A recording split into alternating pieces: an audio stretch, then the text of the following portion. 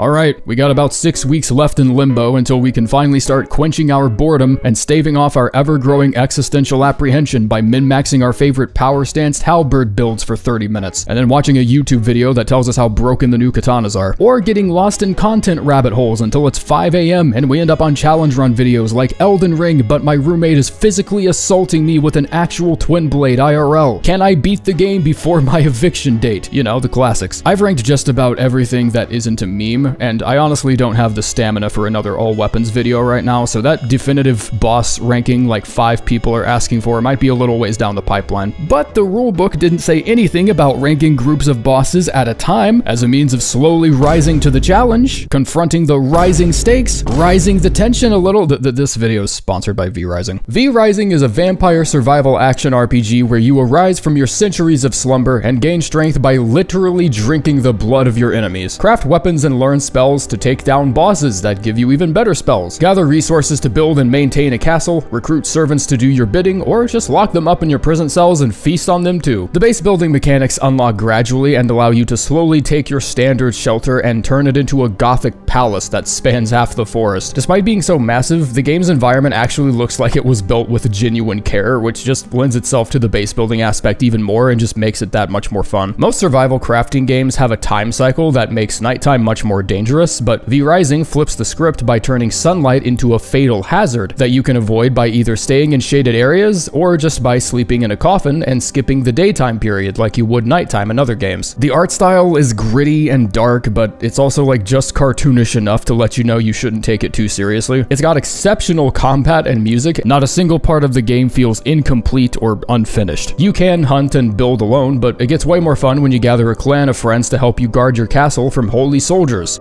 Or dick you over by stealing all your shit. V-Rising is out now on Steam, but it's also coming to the PlayStation 5 very soon. You can download the game now by using my link in the description and pinned comment. Number 16, Ordovis's right hand. I didn't know what else to call this guy because the game itself didn't even care enough to give him a standout name. They couldn't even give him an alias that suggested a possible relationship to Ordovis at all. It's just another Crucible Knight. Might as well have just named him Mr. Dual Fight Necessitation Man. So I've just decided to codename him Ordovis's right hand knight. Despite there being a decently high chance his existence has satisfied less people in life than Ordovis's actual right hand. This guy has no significance, at least none that I can find. The Ordovis greatsword description refers to 2 knights foremost among the others, but that second knight is definitely Siluria since the 2 descriptions match their weapons. He's one of the few Crucible Knights that don't use any primordial incantations, except for that weird claw attack he does that would probably have trouble slicing ham at a deli, let alone hitting the player. His flying AoE is easily punishable, and he covers more distance with his attacks and is more aggressive, meaning he's almost always gonna get killed first. The game does nothing to facilitate his existence, and I'm thoroughly convinced this was the knight added in just because someone liked the number 16 and wanted it to be significant. And then it gets retconned anyway, so who gives a shit? Number 15 and 14, the 2 Spiritcaller Crucible Knights. I'm not completely familiar with how the afterlife works in Elden Ring, but I'm familiar enough with it to know that the Spiritcaller snail summoning 2 Crucible Knights heavily implies that they have been dead for a long time. Get the snail down to low enough health and it can also summon both at the same time. And I know for sure almost nobody knows that because if I don't even have the attention span to stick around long enough for it to ever happen, except when I need the footage, then you sure as shit don't either. This is when I retroactively comment on the whole 16 Crucible Knights detail and that it was actually only in the network test and was likely retconned, I guess to leave room for more thrilling sparring matches with the ones in the DLC. I have a headcanon that someone just had a really good couple of ideas for aspects of the Crucible incantations, but needed more Crucible Knight bosses to make it work, and now we just have a dude that can turn himself into like a porcupine, like what we saw in the DLC trailer. How will this even work? Like, does it go through their armor, or like, who cares? Who fucking gives a shit? 2 Crucible Knights in the roads and catacombs. They suck, they're boring, and the fact that they're dead before you even start the game facilitates their uselessness. Fuck 'em. Next.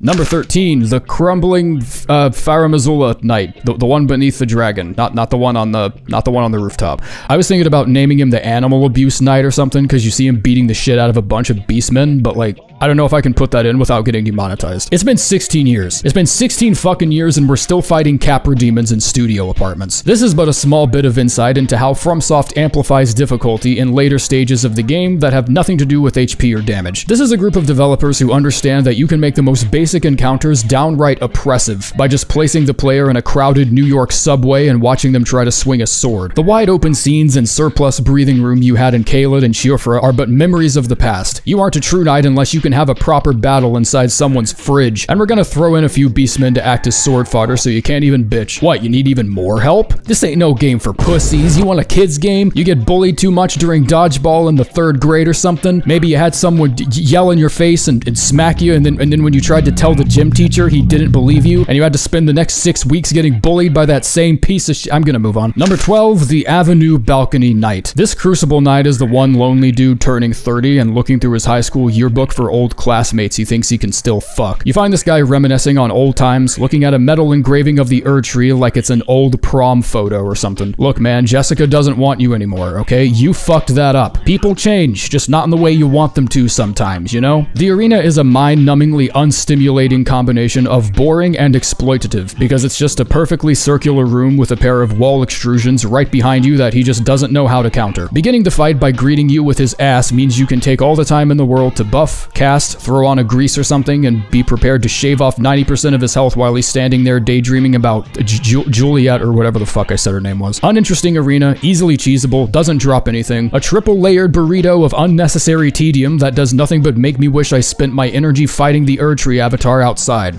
Cause at least that guy gives me a Lord's rune. Number 11, the Rampart Tower Knight. You know what? Credit where it's due. I shit a goddamn brick when I saw this guy walking out around the corner. I heard the obvious clanking of his armor, took a quick look around, and dismissed the thought of fighting a Crucible Knight in such a cramped environment so quickly that I just convinced myself it was the sound of a giant armored turtle or something. He drops the horns incantation, which just makes absolutely no goddamn sense. Firstly, because the Sword and Shield Crucible Knights usually cast the breath and tail incantations, while the Great Spear Knights have the horn spell. And secondly, because none of that shit matters anyways, because he never even casts anything to begin with. He's a surprisingly forgivable fight that doesn't do anything fancy or unexpected, I guess as compensation for the inconvenience of having— nope, that's Tail Swipe. Never mind, he just casted Tail Swipe. This isn't a Crucible Knight. This is a bodybuilder that happened to be a perfect fit for the Crucible Knight armor. The single noteworthy thing about him is what he drops, and him having the incantation that he has doesn't even make sense. Fuck, I'm glad I didn't know this guy existed for 8 months. Number 10, the Siofra Aqueducts Knight, the Hornshield one. The Hornshield Knight, the guy that drops the Hornshield. I think they really lost an opportunity with this one. Not a single person has ever properly defeated this guy due to his proclivity to jettison himself through one of the dome's many archways and crash dive into lower Siofra. So they could have just had his head explode a la ruptured crystal tear upon his second phase, just strictly for the shock value. Like, imagine what an unforgettable moment that would have been. Like he stomps on the ground or something to activate his second phase and then just fucking explodes and just gives you the shield. That'd be way more memorable than seeing him fling himself into the greater beyond like he's getting sucked into the ghost dimension, Danny Phantom ass bitch. And like the Hornshield isn't even that good anyways, fucking no pierce damage having ass. Would have taken you like 15 seconds to dupe the shield bash ID and just change the attack type to pierce, but I guess we're saving that shit for the DLC or something. Number 9, the Siofra Aqueducts Waterfall Knight. Really? Nothing? Not even an incantation. Just absolutely not. I mean, I'm not asking for the Great Spear. I know that comes later, but your dipshit vertically challenged brother over there gave me a shield at least. I like the setup to this encounter because Crucible Knights are weak to lightning attacks, which the game sort of hints at by having it to where you're surrounded by water, which also improves lightning damage. Lightning bullets also spread when used in water, which gives you a somewhat reliable way to deal with the cubicle of Resident Evil zombies next door that eventually hear the commotion and send their business relations team up your ass. The knight itself isn't anything special. It's just another encounter that sets you up to think you'll get a second drop out of it since the Hornshield dropped from the other guy, but the visual presentation of the knight looking out from the waterfall is pretty cinematically badass, if nothing else. Number 8, the Nokron Belfry Knight, which is exactly why this next knight here is one of my personal favorites, speaking strictly on presentation. Middle of the road is really the only descriptor that's appropriate for this Crucible Knight. Perfectly average fight. The open space is mundane yet unproblematic. Invisible barriers prevent him from sailing over the edge with his flying tackle bullshit, but too much cheese is bad for your health anyway, so shut the fuck up. He has probably one of the greatest visual introductions in the game, since you can even see him from other sections of Nokron where actually reaching him seems impossible. But you would think that would just be done to tease a particular item drop that would be really useful or something, and it's just, you just get nothing. Again. Fuck man, even the straight Erdtree avatars usually drop Lord's runes or something. You took a full suit of Crucible armor and stuffed it in a chest half of us didn't even think to go back for until we looked it up. Spread that shit amongst the locals, man. Like, give us an incentive at least. Number 7, the Farum Rooftop Knight. Now, this knight may not be a completely one-to-one, fully accurate representation of Havel standing before the giant dragon in Archdragon Peak, but it's a close enough portrayal for me to feel a wave of nostalgia whenever I get to this part of Farum. It doesn't evoke the same thrill of ass-blasting someone who very likely just murdered a dragon like in the former example, since the knight just aggroes way too quickly onto you, but the presentation is a solid effort. It gives you a nice open space to dance around in, with a few small pillars to lessen the distance he covers with his long-reaching attacks, and hopefully give you a small pocket of breathing room in the process. Doesn't change the fact that we're still in the game's penultimate biome, so you could easily get your balls speed-bagged by a crowd of dedicated bunnies if you're unlucky enough. And if we're this far into the game and you don't give me like an incantation or even just a spare knee guard or something, I'm probably not paying attention to you.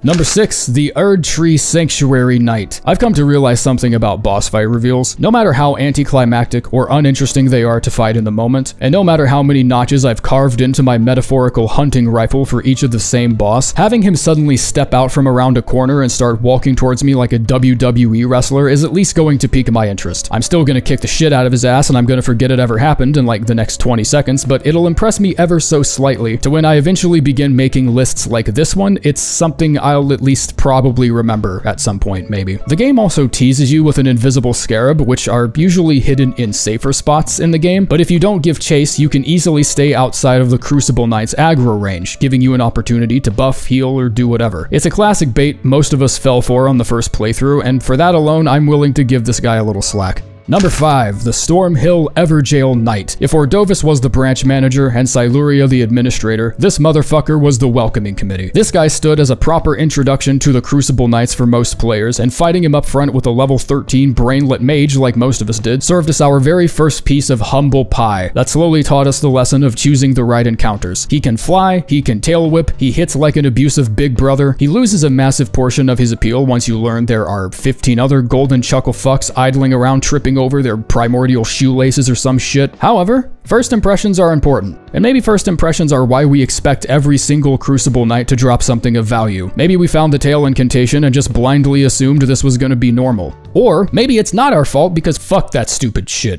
Number 4, Ordovis. Having one of the most renowned, highest status Crucible Knights share a boss fight with his dim-witted giga-virgin step-cousin is such a creatively bankrupt decision that I've been telling myself for 2 years that they just needed to rush the game out for launch to justify such a missed opportunity. I'm really hoping they thought of the idea to give Ordovis and Siluria their own unique boss fights. Like it obviously didn't happen, but I'm hoping the thought at least crossed their minds, like it had to have. There's no way it didn't. I have no idea what Ordovis deserves, but it's more than 4th fucking place. If I were just a commenter and I saw someone rank the Crucible Knights and put Ordovis in 4th without hearing them out, I just assume you have a degradation fetish or something. I'm not happy about this. What little enjoyment I would ever receive from fighting yet another Crucible Knight, Ordovis or not, is spat on by the appearance of the second, incredibly more annoying Crucible Knight. I don't care how many pieces of armor fall out his ass when I kill him. One of the 2 most noteworthy Crucible Knights in the whole game, and he gets stuck in a fucking tomb somewhere. Number 3, the Redmane Castle Knight. So, when capturing footage for this particular fight, I accidentally taught myself something new. The appearance of the Crucible Knight isn't a second phase that triggers when you've taken enough shits on the Misbegotten's HP bar. I just kinda idled around making sure all my settings were correct, and after a few seconds, I guess the Knight just got tired of waiting on my slow ass and swooped in on his own without any trigger. I didn't know this guy's appearance was triggered by a timer, or maybe, I don't know, maybe it's one of those Resident Evil 4 timers where it's like technically a timer, but the amount of damage you do to the Misbegotten speeds up the timer in some way, making both variables important. Well, I think that's how it works. That's how it works in the remake, at least. Hey, remember that one Rusty video where he suddenly goes off on a Resident Evil tangent nobody gives a shit about? No, I don't, son. Go back to sleep.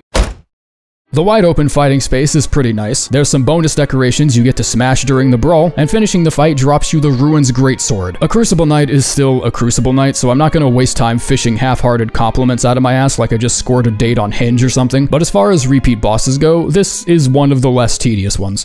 Number 2, Siluria. You want that Great Spear. I don't care if there were 32 knights in the game and Godfrey taught them all how to pilot fighter jets. Getting your hands on this Great Spear is worth turning the entire planet over. No discussion needed. Defeating Siluria gives you the Great Spear, Siluria's Tree, and easy access to the chest she was guarding that contains an entire set of Crucible Tree armor. And just a quick aside, the Crucible armor sets might be some of the greatest sets in the game when it comes down to the numbers. Exceptional poise with manageable weight and just a little less than 34% physical damage damage negation when wearing the full set. I have no idea when the inevitable armor tier list is gonna come out because I just can't be fucked, truthfully. But whenever it does, these two sets will probably be near top 10. Siluria gives you the best rewards of any Crucible Knight in the game, second only to Ordovis and his fucking training buddy or whatever. Number 1, Tanith's Knight. I don't know what this guy's major malfunction is. I'm just glad I found my first subtle implication in the game that Marika banishing Godfrey from the lands between had actual consequences. These meat shields didn't serve the Erdtree or some bullshit, they served under Godfrey specifically. And it's just very comforting to know that when Godfrey wrongfully got exiled by Mr. Girl Boss over here, at least one Crucible Knight had enough self-respect to not take that shit lying down. This is the only Crucible Knight we've seen so far that got so fed up with his treatment under the Erdtree that he consciously decided to break his oath and fight against it instead, meaning he probably would duel and kill other Crucible Knights if given the chance. The only thing this guy was missing was some sort of like bastardized, blasphemified magma armor that properly detached him from the standard Crucible Knight identity. He uses the breath incantation pretty frequently, so I'm sure it wouldn't have been too big a stretch to have him exhale magma instead. I won't venture too deep into any theory crafting rabbit holes, but that wouldn't be the first time they've explored how magic can be corrupted into something else. I mean, that was kind of the whole point of dark sorceries in the Dark Souls games. He also drops my personal favorite of the 3 aspect incantations, which is breath. Not really an important drop by itself, but hiding his encounter behind the killing of a major character and then watching him phase shift into Rykard's lair like a fucking Risk of Rain boss makes him way too cool to ignore. Now I'm a little motivated.